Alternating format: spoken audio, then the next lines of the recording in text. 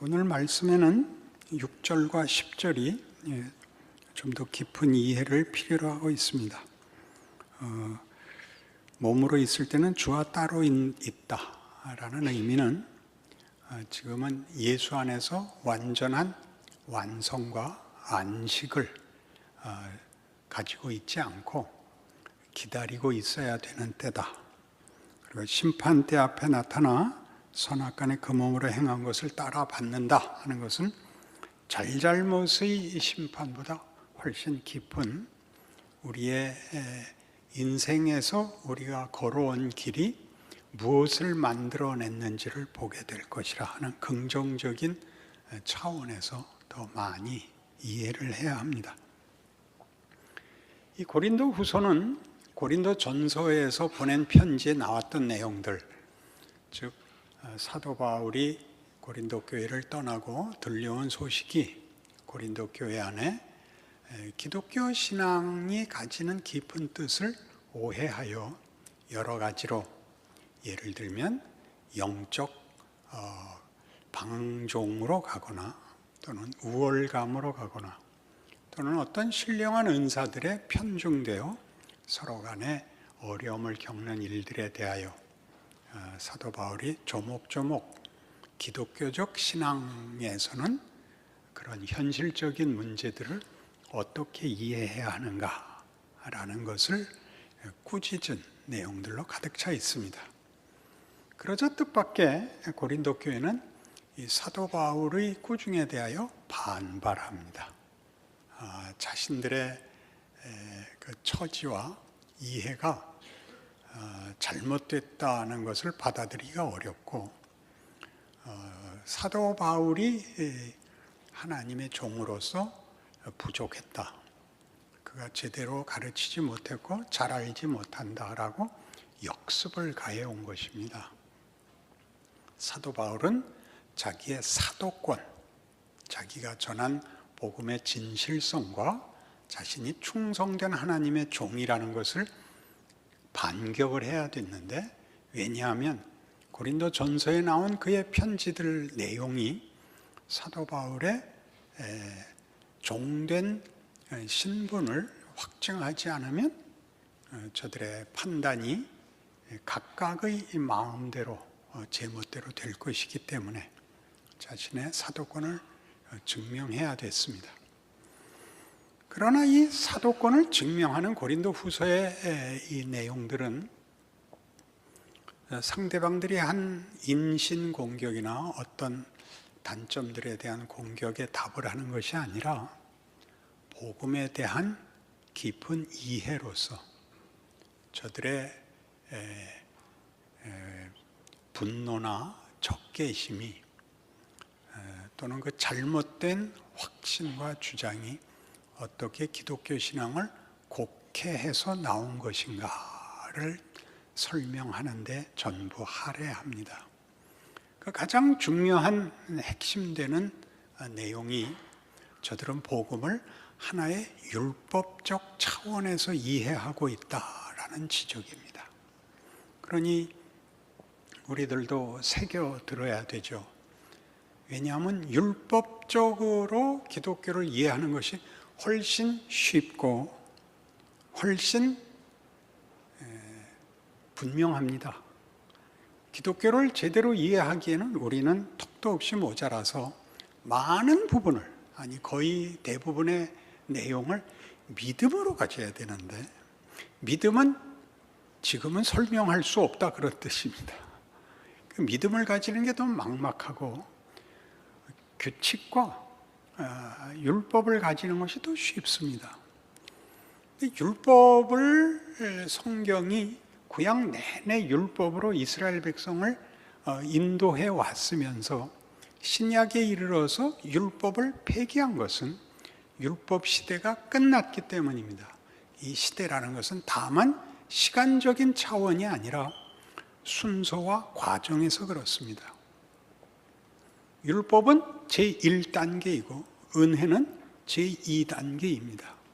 우리 이사야 할 때도 배웠죠. 1차 세계관, 윤리, 2차 세계관, 은혜, 3차 세계관은 뭐였죠? 자유였습니다. 책임. 이것이 이 고린도 후서에 넘쳐나는 모든 설명의 근간입니다. 율법의 무서움은 그것이 비난과 정죄밖에 만들 수 없다는 데 있습니다. 옳고 그른 거에서 옳다는 것이 잘못을 안 한 것에 불과합니다. 적극적인 방향과 목적지를 설명하는 데 있어서 율법은 부족합니다. 그러니 우리 고린도 후서에서는 이 부분을 어떻게 설명했냐면 고린도 후서 3장 5절 보시면 우리가 무슨 일이든지 우리에게서 난 것 같이 스스로 만족할 것이 아니니 우리의 만족은 오직 하나님으로부터 나느니라. 그가 또한 우리를 새 언약의 일꾼 되게 만족하게 하셨으니 율법 조문으로 하지 아니하고 오직 영으로 함이니 율법 조문은 죽이는 것이요 영은 살리는 것이니라. 그러니까 율법이 잘못이 아니고 율법의 목적은 잘못을 지적하는 것. 율법이 더한 것은 죄를 심히 죄되게 하기 위하여. 우리가 죄를 벗어나지 못하고 있다는 것을 지적하는 것이 율법의 효과, 기능, 목적입니다. 그러나 예수로 말미암은 것은 죽음 위에 세워진 부활입니다. 그러니까 우리의 절망, 실패를 넘어선 길을 열고 죽을 짓을 하지 않는 것이 아니라 죽음을 삼켜 승리로 만드는 길을 여신 예수 그리스도를 믿는 것이 기독교입니다. 기독이라는 말이 크라이스트, 일본이 그걸 번역할 땐 그리스도라고 번역해서 우리도 그리스도로 그냥 바꾸고 있는데 기독은 한문으로 쓴 그리스도입니다. 그러니까 하나님을 믿는 종교인데 하나님이 보내신 그 아들로 말미암아 모든 신비가, 모든 내용이, 모든 방법이, 모든 은혜와 능력이 베풀어졌기 때문에 하나님이 누구시며 무엇을 하려 하시며 어떻게 하려 하시는가를 얘기할 땐 하나님 믿는 이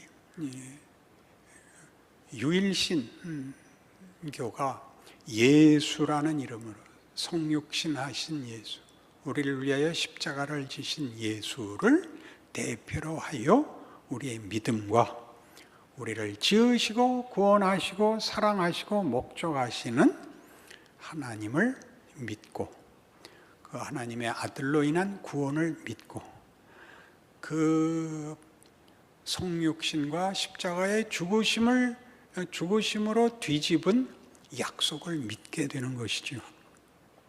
그러니 율법이 했던 일은 우리가 구원이 필요하다라는 각성과 납득을 위해서 있었다면 이제 예수는 그 우리를 하나님의 창조의 목적을 완성하시는 하나님의 적극적인 목적을 위하여 오셨고 그 약속을 이루셨고 예수로 말미암아 그 일이 열렸고 그 길이 열렸고 우리의 운명이 확정됐다 하는 것을 가르치고 싶어 합니다. 그래서 돌에 쓴 조문, 율법은 죽이는 것이요 영은 살리는 것이라 할 때 육체는 죽이는 것이고 정신은 살리는 것이라는 헬레니즘에서 오는 이분법이 아니라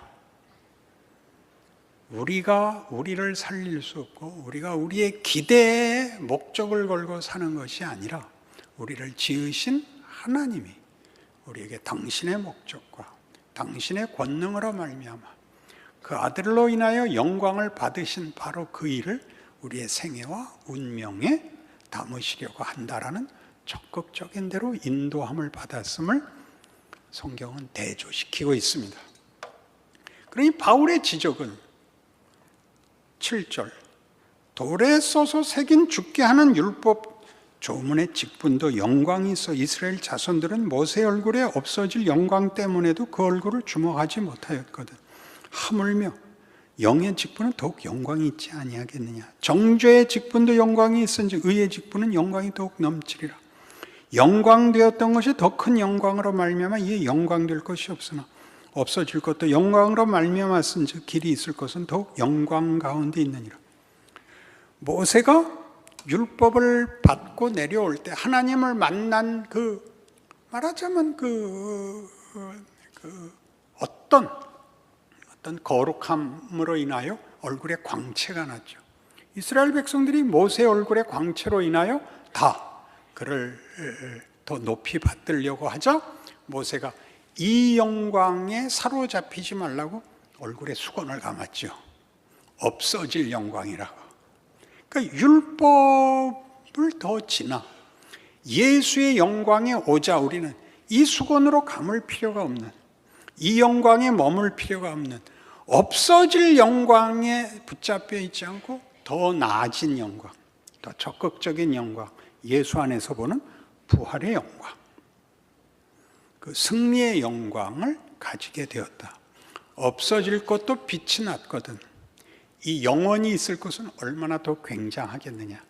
율법이 필요 없다가 아니라 율법이 하는 기능에서 여러분이 더 많이 은혜를 구하고 적극적인 대로 당신을 밀어라, 이렇게 나가는 게 3장입니다. 4장은 그것이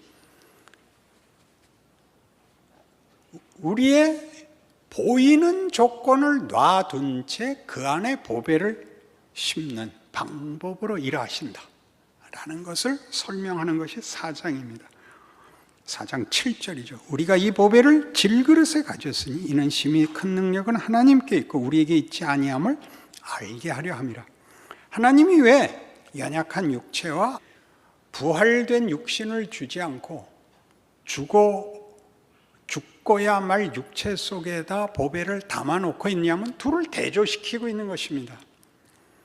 우리 자신에게 세상 앞에 하나님이 우리에게 하려는 것은 우리가 만든 결과물, 우리가 기대한 결과물이 아니다. 우리의 기대나 우리의 소원은 썩어질 한계를 벗어나지 못했으나 하나님이 우리에게 주려고 하는 건 이렇게 복되고 영원한 것이다. 그 보배를 싼 진흙으로 설명을 하고 있죠. 그러니까 고난이 왜 오는가?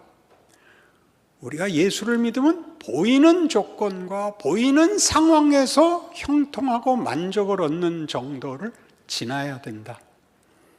이게 모순되고 충돌되는 식으로 사장에서는 이렇게 설명이 됐죠. 10절 우리가 항상 예수의 죽음을 몸에 짊어지면 예수의 생명이 또한 우리 몸에 나타나게 하려 함이라.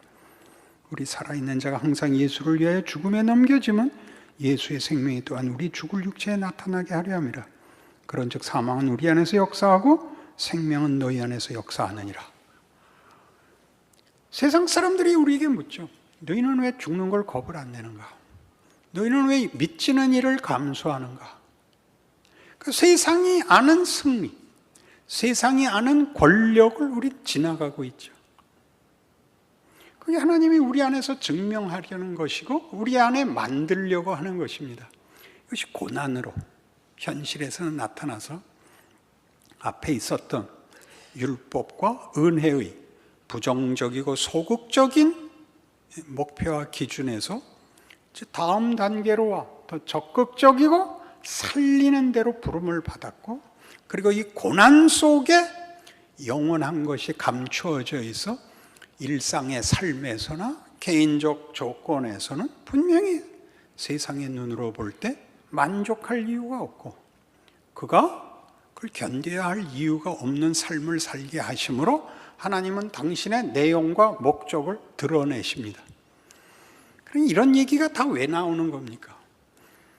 고린도 교회에서 요구하는 것은 우리가 예수를 믿었으면 우리 안에 불평도 어려움도 없어야 될 거 아니냐? 네 잘못 아니냐? 하나님이 잘못됐을 리는 없으니까 네가 뭔가 제대로 못 가르쳐서 모순과 충돌이 생긴 것 아니냐? 다 네 잘못이다. 바울이 나는 잘했다, 너희가 잘못했다 이렇게 설명하지 않고 너희는 아직도 기독교를 다 몰라서 이 오해가 일어났다. 너희가 하는 일을 봐라. 아직도 사람 잡는 것밖에 판단 기준이 없지 않냐. 파당이 있었죠. 그리고 은사를 받자 우열의 시비가 붙었죠. 그러니 한 사람에게 나타난 은사를 보면 하나님이 지금도 일하시는구나 이렇게 받지 않고 왜 쟤한테는 주고 나는 왜 안 줬는가, 이런 식으로 밖에는 기독교 신앙을 이해하지 못한다면 너희는 아직도 적극적인 하나님의 일하심에 대하여 모르고 있는 거다. 예수를 믿는다는 말이 가지는 신비를, 그 깊이를 너희가 모르고 있는 거다. 나를 봐라 이렇게 되는 거죠. 내가 어디 볼품이 있냐. 근데 하나님이 왜 너희가 시비 거는 대로 아마 못생겼던 것 같습니다. 이 못생긴 족보의 조상은 링컨입니다. 링컨은 늘 농담이 이제 자기 못생긴 얘기하는 것이 농담의 주제입니다. 대표적인 예화가 어느 날 자기가 말을 타고 산보를 나갔는데 어느 귀부인이 말을 타고 산보하다가 이렇게 딱 오솔길에서 마주쳤는데 여자가 너무 놀래더랍니다. 그래서 자기가 부인 놀라지 마십시오. 제가 못생긴 것은 제 책임이 아닙니다. 그렇게 얘기를 했더니 부인이 대답하기를 당신이 못생긴 것은 당신 책임이 아니지만 돌아다니는 것은 당신 책임이요. 링컨이 왜 그런 농담을 했을 것 같습니까? 잘난 척하지 않는 사람이었다는 뜻이죠. 자신의 약점을 들어서 모두의 마음을 풀어놓는 그 정도의 수준에 간 사람이죠. 잘난 척해서 상대방을 강압하거나 우월감으로 자신을 속일 마음이 없었다는 뜻이죠. 여기 링컨에 멋진 데가 있습니다. 그리고 못생긴 자의 특권이 있는 겁니다. 잘생기면 이 유머를 쓸 수가 없습니다. 잘난 척이 되기 때문입니다. 실제로 못나야 이 얘기는 할 수 있습니다. 그 링컨의 계보에 이제 찰턴 헤스턴이 있고 많이 있습니다. 근데 모두가 열등감 속에 살고 있어서 그 특권을 쓰지 못하고 있습니다. 오늘 우리가 고린도 후서 5장에 와서는 이것이 시간 속에 있다. 지금은 시간 속에 있다. 완성의 자리까지 하나님이 시간을 가지고 있어서 예수 그리스도로 말미암아 성취한 그 약속의 영광들을 미뤄놓고 계시다. 왜 그런가?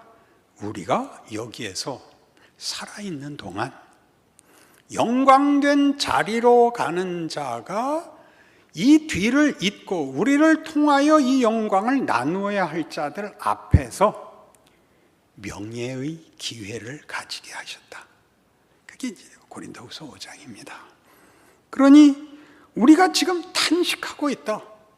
약속을 받고 있고 우리가 어느 자리에 갈지 알고 있으나 지금은 그것이 만족스러운 보상을 받을 수 없는 시간 속에 있다.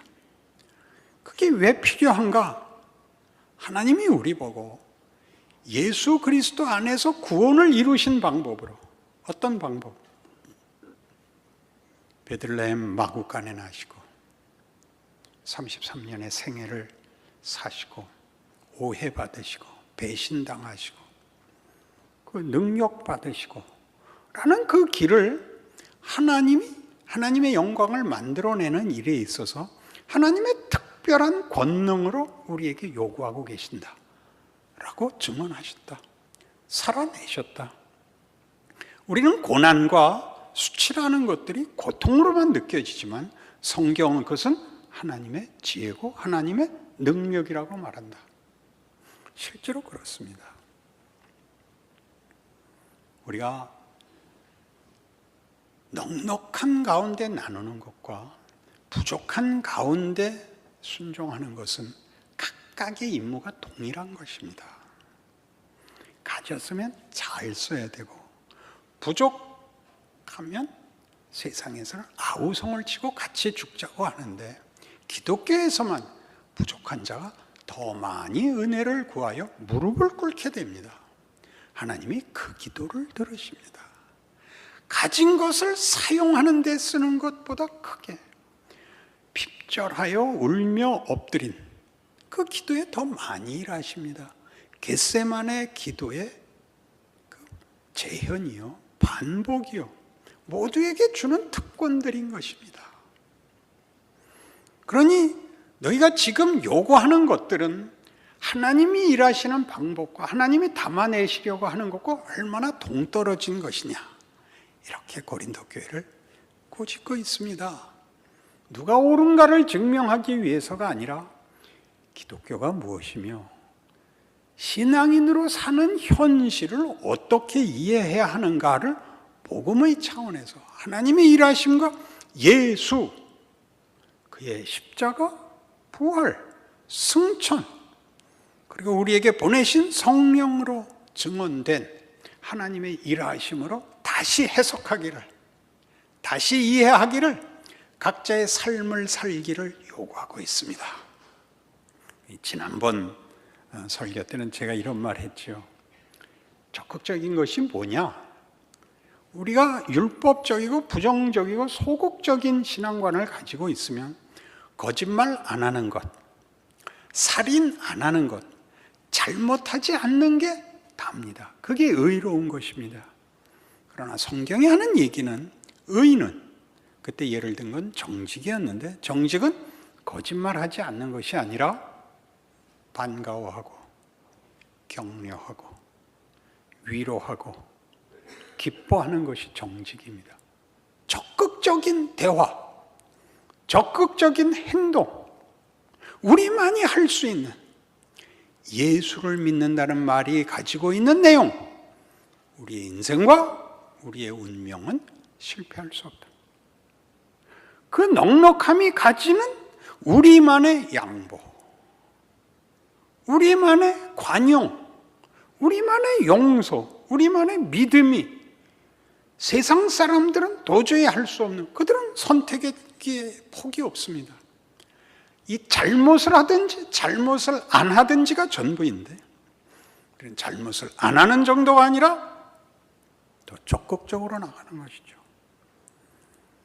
교회에서는 이런 일들이 뜻밖의 교만이라는 이름으로 제한됩니다.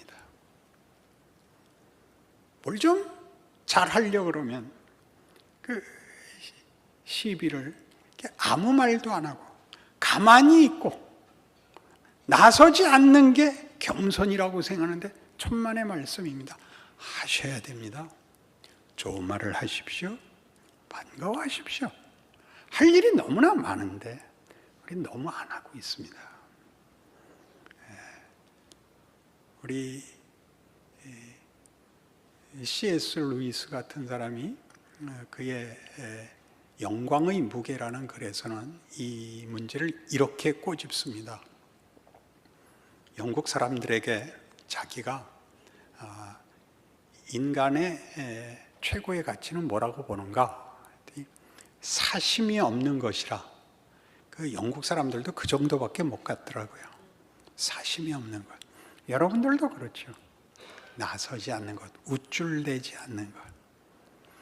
그렇게 소극적으로 무엇을 잘못하지 않고 나서지 않고 잘난 척하지 않는 게 전부인 것은 기독교 신앙에서는 얘기하지 않습니다. 예수님은 우리가 아직 죄인이었을 때, 그를 찾지 않았을 때 적극적인 선을 이루러 오시는 겁니다. 우리가 부르지 않았습니다. 하나님이 찾아오시죠. 그래, 여러분 생각해 보십시오. 얼마나 여러분들 표정이 굳어버렸습니까? 좋은 일에 해야 되는 표정은 해본 적도 없고 본 적도 없고